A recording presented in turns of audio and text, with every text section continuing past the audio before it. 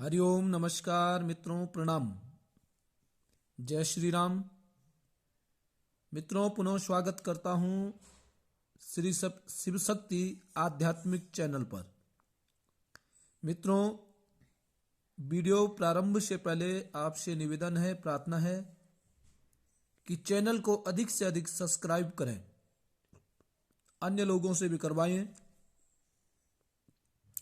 Post video यदि अच्छी लगती है तो मित्रों शेयर करना ना भूलें। अधिक से अधिक शेयर करें, लाइक करें और वीडियो पूरा देखें। जब पूरा आप देखेंगे तब वीडियो समझ में आती है। तो आपसे निवेदन, वीडियो पूरा देखें, अन्य लोगों को भी दिखाएं। तो मित्रों, कल जो हम चर्चा कर रहे थे उसी को मैं आज आगे बढ़ा रहा हूं। मैं बात कर रहा था कि जन्म कुंडली में या ज्योतिष ग्रह नक्षत्र विवाह के लिए जो हम गुण मेलापक करते हैं, गुण मिलान करते हैं, तो उस समय के लिए ध्यान देने योग्य बातें केवल ये नहीं है कि हमने गुण मिलान कर दिया, 24 गुण मिल गए, 25 गुण मिल गए और हमने जन्म पत्री जोड़ दी है। या ऐसा भी नहीं है कि गुण नहीं मिल रहे हैं तो हमने जन्म पत्री बंद कर दी, ये नहीं मिल रही है। तो मित्रों, केवल गुण से ही विवाह, गुण देख करके ही विवाह नहीं होना चाहिए। उसके लिए कई होते हैं, सप्तम भाव, सप्तमेश, द्वादश भाव, द्वादशेश। और आज जो हम चर्चा का विषय है जो वह है द्वितीय भाव के बारे में। द्वितीय भाव और द्वितीयेश। मित्रों, जन्म कुंडली मिलाते समय लड़का और लड़की के द्वितीय भाव के बारे में भी जानकारी कर लेनी चाहिए। द्वितीय भाव के बारे में और द्वितीयेश के बारे में भी पूर्ण जानकारी होनी चाहिए। द्वितीय भाव हमारा कैसा है, लड़का का, लड़की का। तो विवाह का अर्थ एक नवीन परिवार की शुरुआत है। ठीक है, विवाह नए परिवार की शुरुआत होती है, नए परिवार बनता है। और जो द्वितीय भाव जो है, जहां पे मैंने 2 लिखा है, द्वितीय भाव जो है वो धन और कुटुंब का भाव कहलाता है। इस द्वितीय भाव से ही धन के बारे में और परिवार के बारे में हम गणना करते हैं। दूसरी बात क्या है कि इस द्वितीय भाव से ही पारिवारिक सुख का पता चलता है।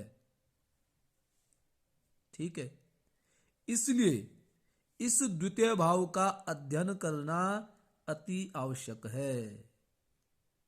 अध्ययन कैसे करना है?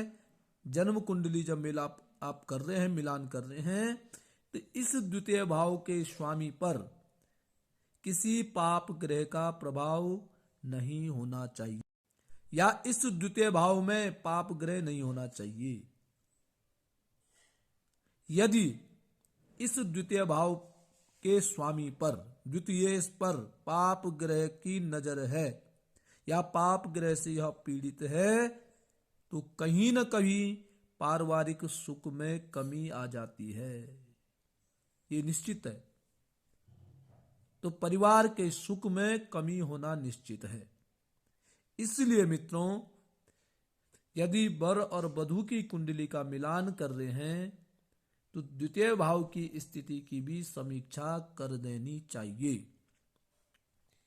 द्वितीय भाव के बारे में जरूर अध्ययन होना चाहिए और साथ साथ में द्वितीयेश के बारे में भी अध्ययन होना चाहिए। द्वितीयेश कैसा है, पीड़ित नहीं है या किसी अन्य ग्रह के द्वारा नीच स्थिति में तो नहीं है। जैसे भी स्थिति में द्वितीयेश होगा या द्वितीय भाग में क्या स्थिति है, इस बारे में पूर्ण जानकारी होनी चाहिए, तब जन्म पत्री का मिलान होना चाहिए। तो मित्रों, आज मैंने आपको द्वितीयेश के बारे में जानकारी दी।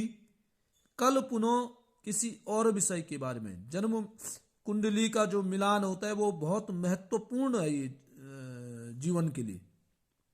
तो इसकी पूर्ण जानकारी लेकर के और अच्छे विद्वानों से जानकारी लेकर के तब जन्म पत्री का मिलान करना चाहिए। तो मित्रों, आज के लिए बस इतना ही। कल किसी दूसरे विषय के साथ आपके सामने प्रस्तुत होऊंगा। तब तक के लिए नमस्कार, प्रणाम, जय श्री राम।